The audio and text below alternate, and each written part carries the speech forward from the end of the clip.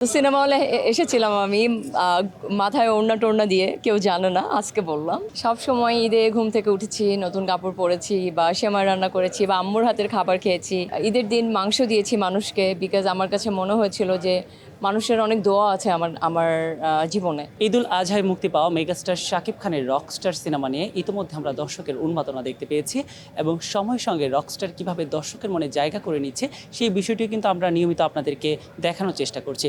এই মুহূর্তে আমার সঙ্গে আছেন রকস্টার খ্যাত অভিনেত্রী তানজিয়া জামান মিথিলা। শুরুতেই আপনাকে ঈদ মোবারক। ঈদ মোবারক ঈদ মোবারক সময় টিভিকে। মিথিলা আপু, এই যে মিস ইউনিভার্সের মঞ্চ থেকে এখন প্রেক্ষাগৃহে, ঠিক এই যাত্রাটা কেমন ছিল আপনার? মিস ইউনিভার্সের যাত্রা থেকে এই পর্যন্ত যাত্রা পুরোটাই আসলে বিউটিফুল এবং পরপর আসলে আমার লাইফে দুইটা বড় সাকসেসফুল জিনিস হয়েছে। ফার্স্ট মিস ইউনিভার্স, আমি বাংলাদেশকে রিপ্রেজেন্ট করতে পেরেছি গ্লোবাল স্টেজে, ওটার জন্য তো অবশ্যই এটা আমার জন্য একটা অনেক বড় সাকসেসফুলের জায়গা। অ্যান্ড সেকেন্ড, যেটা আমি অ্যাক্টিং করতে চেয়েছিলাম এবং অ্যাক্টিংয়ের জায়গা থেকে আমার ফার্স্ট মুভি সিনেমা হলে মুক্তি পেল, আমার ফার্স্ট বাংলা মুভি। এবং এর আগে আমি একটা মুভি করেছি রোহিঙ্গা, ওটা ইন্ডিয়ান ফিল্ম, বাট এটা টেকনিক্যালি এটা আমার ফার্স্ট বাংলা ফিল্ম যেটা আমি সিনেমা হলে দেখতে পাবো। তো সেই জায়গা থেকে একজন অ্যাক্ট্রেস হিসাবে আমার খুবই ভালো লাগছে এবং আমি ভীষণ খুশি এটা নিয়ে। লাইভ বয় কিনে কল দাও টোল ফ্রি নম্বরে আর এক নিঃশ্বাসে গোল বলে জিতে নাও ফিফা বিশ্বকাপ 2026-এর এক্সক্লুসিভ পুরস্কার।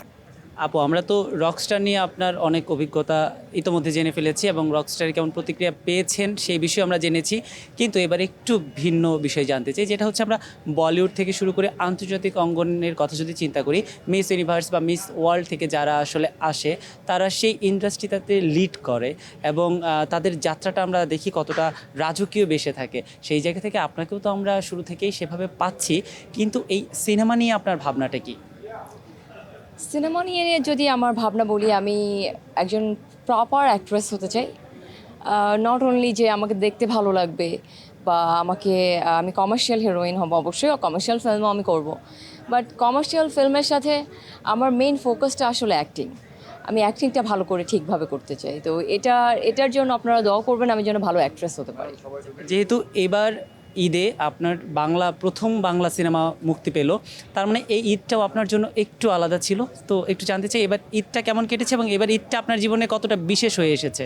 সব সময় ঈদে ঘুম থেকে উঠেছি, নতুন কাপড় পরেছি বা সেমাই রান্না করেছি বা আম্মুর হাতের খাবার খেয়েছি, বাট এবারের ঈদটাতে কমপ্লিটলি অন্যরকম হয়েছে। আমি কোরবানি দিয়েছিলাম, তো কোরবানির সময় আমি আজকে এইবারের ঈদের দিন মাংস দিয়েছি মানুষকে, বিকজ আমার কাছে মনে হয়েছিল যে মানুষের অনেক দোয়া আছে আমার আমার জীবনে। তো সেই ওটার পরে যেটা করেছিলাম, সব সময় তো লাইক ঈদ সেলিব্রেশন মজা, ওই জায়গাটাতে ছিলাম না, একটু স্ট্রেস ছিলাম যেহেতু আমার মুভি বের হয়েছে। তো সিনেমা হলে এসেছিলাম আমি মাথায় ওড়না টোড়না দিয়ে, কেউ জানে না, আজকে বললাম, মাস্ক পরে দেখতে এসেছিলাম দর্শকের প্রতিক্রিয়া কী। তো সেই জায়গা থেকে আমি বলবো এবারের ঈদের সেলিব্রেশন ডিফারেন্ট ছিল এবং আমি চাই প্রত্যেক ঈদেই আমার এভাবে মুভি আসুক এবং এই ধরনের সেলিব্রেশন হোক। আমরাও চাই। আপনাকে অসংখ্য ধন্যবাদ। আপনার রকস্টারের দর্শকের উদ্দেশ্যে কি বলতে চান? দর্শক, ঈদ মোবারক আপনাদের সবাইকে। প্লিজ সিনেমা হলে আসবেন, রকস্টার দেখবেন। খুবই ভিন্নধর্মী মুভি এবং মুভি ইন্ডাস্ট্রিতে এমন ভিন্নধর্মী মুভি আসা উচিত এবং যারা আমাকে ভালোবাসেন তারা আমার জন্য আসবেন, মুভি দেখে জানাবেন আমি কেমন অ্যাক্টিং করেছি।